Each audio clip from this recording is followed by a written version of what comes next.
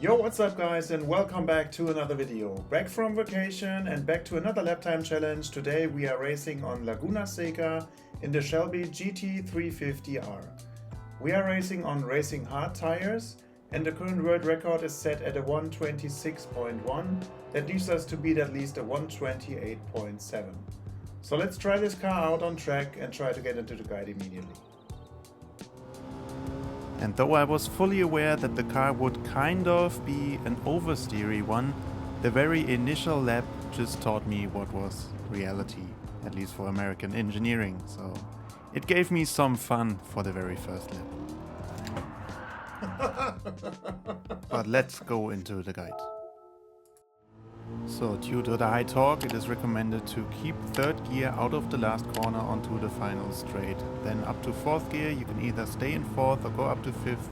The initial brake marker is the 4-board on the right hand side. Brake hard in a straight line over to the right, then down to third gear, and then slightly open up the brakes to get rotation or grip for rotation. Go for the curbs on the inside and then gently back to the power to avoid this power oversteering I had in the initial lap. Then over to the left, your brake marker is now the 2-board on the left hand side. Slightly tap the brakes and keep it in third gear, then let the car rotate. It might be sliding and oversteering. Gently back to the power again and try to keep it in a straight line now to get acceleration.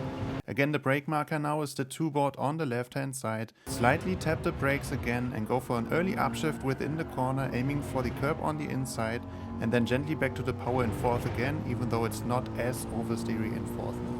The next brake marker is the shadow of the gantry above. Again, brake hard in a straight line and very late go down to third gear, aiming for the inside curb but not hitting the sausage. Then gently back to the power again in third and using all the width of the track to open up the steering as early as possible. Then upshift to fourth and the next brake marker is shortly ahead of the 2-board on the right hand side again. Slightly tap the brakes, aim for the inside curb, let the car roll and then as early as possible back to the power, using all the width of the track to get the momentum uphill. Now aim for a straight line to get a good braking into the corkscrew. The brake marker is again the 4-board on the right hand side. Go hard into the brakes and go down to third gear, then turn in over the curb, and in case you don't know where to aim to, it's in between of the 2 trees right in front of you. Then turn right and gently back to the power, accelerating to the right hand side of the track, then lifting just before the curb starts on the right hand side into this double left-hander. Give it some slight taps to the brake to aim for this inside curb on the left hand side and then up to fourth and fully back to the power again. Then over to the left hand side, again the brake marker is the 2-board. Give it a slight tap again to the brakes, down to third gear, let the car rotate onto the curb on the inside and then gently back to the power again. And I went a bit wide here, but no matter what, the next brake marker in fourth gear is the 3-board, so slightly ahead of that. Go hard into the brakes, down to third gear. Go very slow, try to aim for the inside curb, let the car roll, and then gently back to the power again before going flat out and go to the finish line to get yourself the 2 million credits.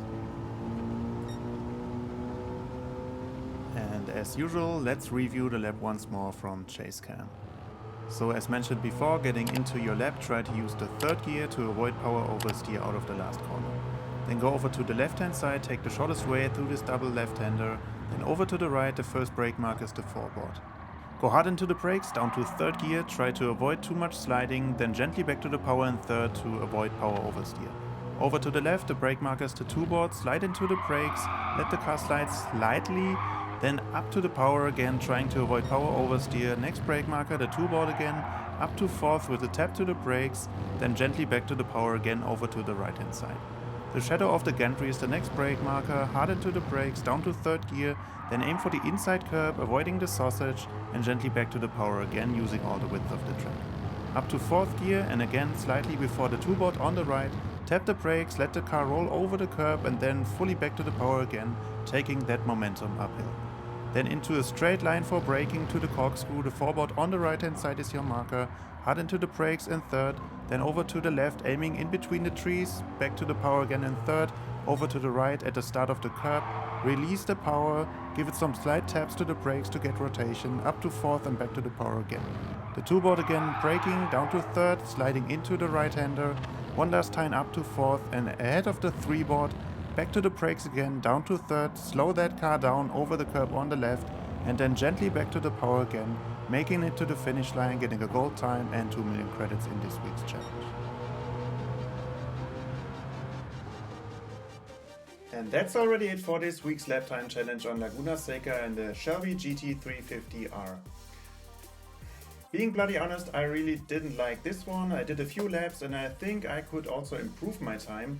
But since that car, even though you have racing hard tires, is such an oversteery beast due to its high torque, to be honest. It's better to have a higher gear out of the corners instead of being in a low one and just spinning off. Let me know in the comments what you think of this challenge, and as usual, if this guide helps you out, I'd be really happy if you share, like and subscribe, and then I hope to see you guys in the next one. Thanks for watching and bye bye.